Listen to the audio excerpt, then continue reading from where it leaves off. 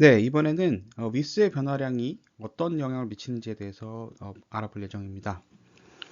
여기서 위스라는 걸 정의하자면 우리가 단면도만 계속 봤기 때문에 랭스를 보여줬지만 실제 플래너 머스펫도 3디멘저널한 스트럭처죠. 그래서 요게 어떻게 보면 되냐면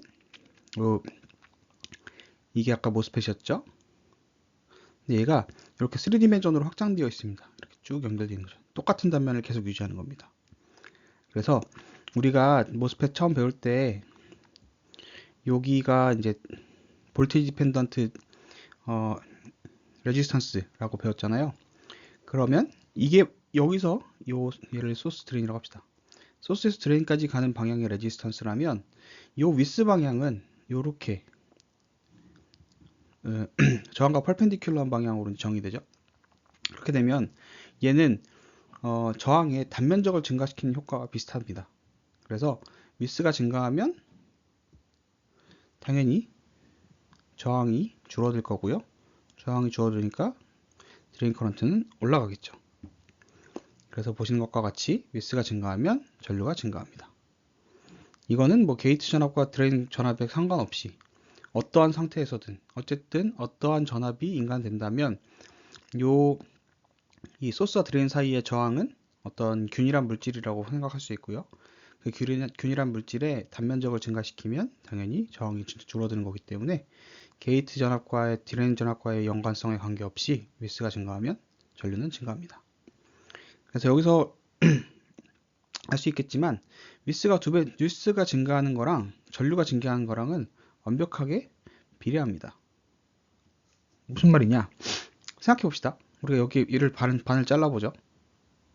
여기서 어떻게 표현해야지 좋을지. 보다는 저희가 위스가 아니라 모스펫을 이렇게 잘라볼게요. 이렇게 절반 자르면 이 모스펫이 두 개가 되는 거죠. 두 개가 병렬로 연결되는 것과 같은 효과입니다. 그럼 각각의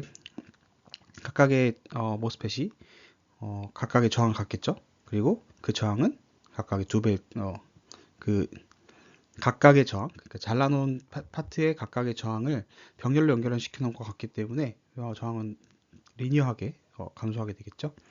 그래서 위스가 증가하면 전류는 리니어하게 증가한다라는 것 정도를 볼 수 있습니다. 이 관계식에 대해서는 뒤에 수식이 나올 테니까 그때 좀 더 얘기해 보도록 하겠습니다.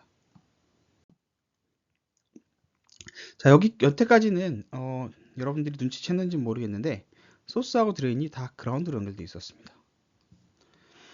근데 우리가 만약에 저항을 만들었는데 전압을 안 가하면 당연히 전류가 안 흐르겠죠. 그럼 소스하고 드레인 사이에 저항을 만들었는데 전압을 안 인가한다는 것은 안 쓰겠다는 얘기와 같습니다. 그래서 우리는 항상 전압을 인가하는데, 자, 엠모스 같은 경우는 이게 엠모스 트랜지스터의 심볼인데요. 엠모스 같은 경우는 이쪽에 드레인, 여기가 소스, 여기가 게이트인데, 우리가 엠모스라는 거는 드레인이 항상 높은 전압, 소스가 낮은 전압으로 디파인 됩니다. 우리 앞서서 얘기했지만 모스펫은 좌우 대칭형이기 때문에 소스 드레인이 역할이 전압에 따라 변한다고 말씀드렸습니다.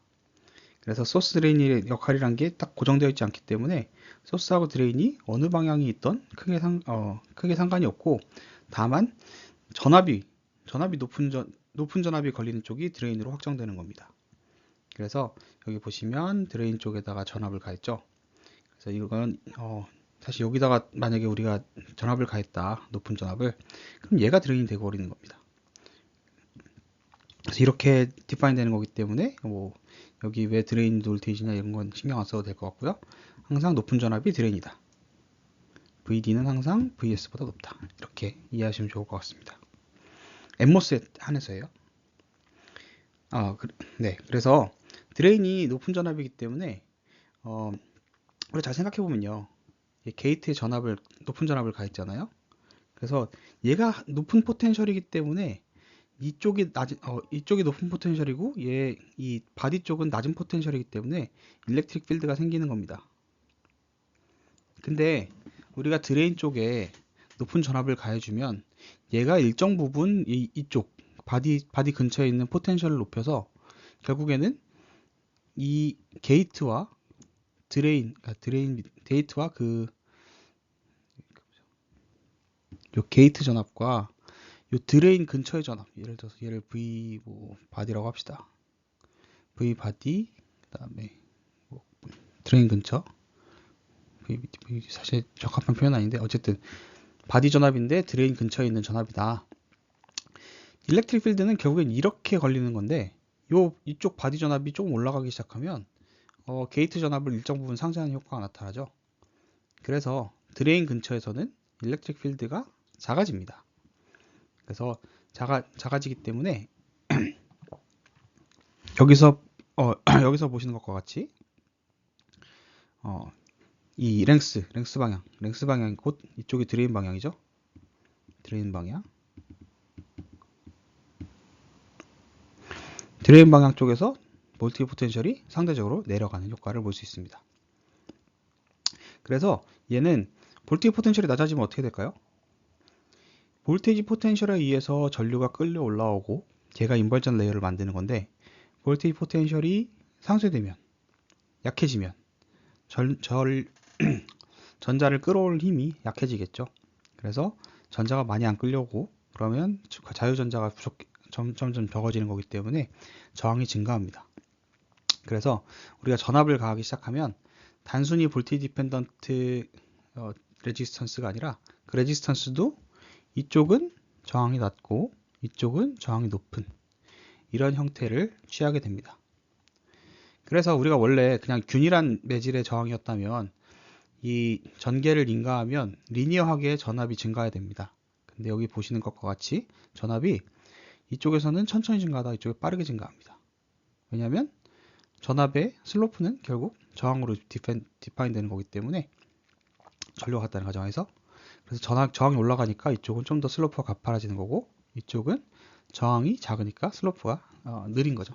그래서 약간 이런 넌리니어한 특성을 가진다 라고 알고 계시면 좋을 것 같습니다. 자, 이번에는 핀치오프라는 개념을 배울 겁니다. 핀치오프는 꽤 중요한 컨셉인데요. 핀치오프가 일어나는 이후로부터의 특성이 우리가 원하는 특성이기 때문에 이 개념 자체는 잘 알아두셔야 됩니다. 핀치오프라는 게 뭐냐면 드레인에 전압을 가해서 우리가 아까도 얘기했던 것처럼 포텐셜이 일정 부분 상쇄되죠. 이 드레인 가까운 데서. 근데 드레인 전압을 계속 높이다 보면요. 상쇄되다 보니까 어느 순간 되면 트레솔드 볼테이지, 인벌전 레이어를 형성하는 그 문턱 전압, 그 전압에 도달하지 못하는 경우가 생깁니다. 이 포텐셜이. 그러면 얘는 인벌전 레이어를 형성하지 않습니다. 드레인 근처에서.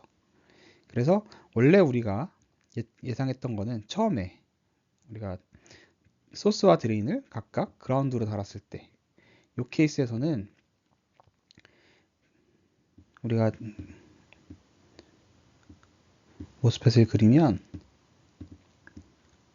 소스 드레인이라고 하고 인벌전 레이어는 이런 식으로 색깔이 잘 안 보이네요.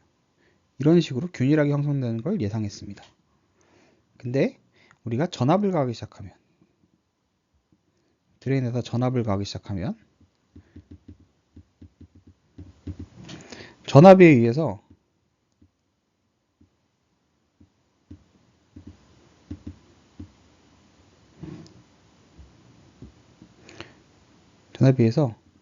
포텐셜이 이렇게 좁아지는 걸 볼 수 있습니다.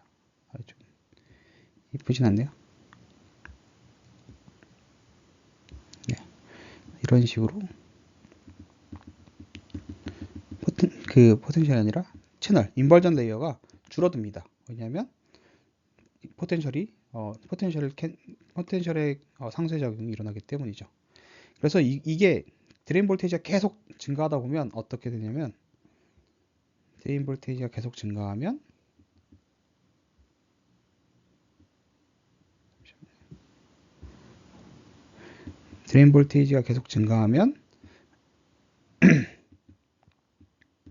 드레인 근처에서는 볼테이지 포텐셜이 너무 높아서 인벌전 레이어를 형성할 수 없는 상황에 이르릅니다. 그러면 채널이 이렇게 형성됩니다. 채널이 가다 말고 끊겨버려요. 드레인까지 못 갑니다. 그래서 이때 요 공핍층, 이쪽을 공핍층이라고 할 수 있거든요. 왜냐하면 전화 그 프리 일렉트론이 없으니까. 그래서 요 공핍층이 생기는 요 구간, 요 공핍층이 생기는 순간을 우리가 핀치 오프다라고 부릅니다. 그래서 드레인 전압이 너무 높아져서 게이트 전압과 상쇄되고 나니까 VTH, 즉 문턱 전압을 형성할 수 있을 정도의 포텐셜을 가지지 못해서 인벌전 레이어가 드레인 근처에서 생성되지 않는 현상, 그거를 핀치오프라고 얘기할 수 있습니다. 그래서 이렇게 되면 이펙티브하게 채널이라는 게 이제 요 인벌전 레이어였죠. 채널의 길이가 점점 좁아지는 현상을 보이겠죠. 드레인 전압이 올라갈수록 이 디플리션 리전은 점점 커질 거고요. 디플리션 리전이 점점 커지면 요 인버전 레이어가 생기는 거리가 점점 감소합니다. 그래서 이런 현상이 있다라는 걸 알아주시면 좋을 것 같고요. 그럼 이게 어떤 의미를 가지냐? 요거는 이제 좀 더 뒤에서 설명하도록 하겠습니다. 네, 지금부터는 모스펫의 커런트 공식을 유도하는 그런 과정을 보게 될 건데요. 사실 이게 중요하다라고 생각하진 않습니다.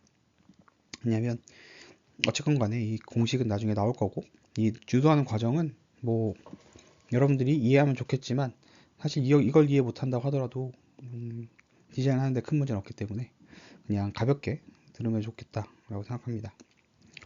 자, 그래서 일단 이 전류 공식 유도 과정을 첫 번째를 이제 보면 Q equal CV에서 시작합니다. 무슨 얘기냐? 자, 우리가 모스펫을 처음 시작할 때 우리가 캐패시터로 시작했잖아요. 그죠?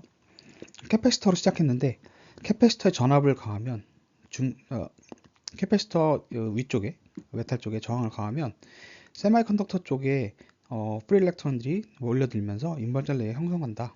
그리고 인번전 레이어가 형성되어서 채널, 즉 전류가 왔다 갔다 할 수 있는 이런 통로가 완성되면 그 통로로 전류가 흐르기 때문에 우리가 그 전류를 제어할 수 있고, 그리고 통로의 폭, 그러니까 인버전 레이어의 폭을 조절하는 거는 이제 게이트 전압을 조절할 수 있는데, 폭을 조절함으로 인해서 전류 양을 조절한다. 이게 모스펫의 가장 중요한 워킹 프린시플이거든요. 그러면 당연히 우리가 캐패시터에서 시작했으니까 캐패시터에 맞는 공식부터 시작해야 됩니다. 그래서 Q equal CV라는 거를 여러분들 배웠을 거예요. 그렇죠? 그래서 이 차지량, 이 캐패시터의 차지량이 대체 얼마나 쌓일 수 있는가? 그래서 쌓인 차지량이 여기에 물리게 되겠죠? 그래서 차지량이 얼마가 쌓이는가는 여러분들이 잘 아는 Q equal CV라는 공식에 의해서 결정됩니다. 여기서 COX는 요 옥사이드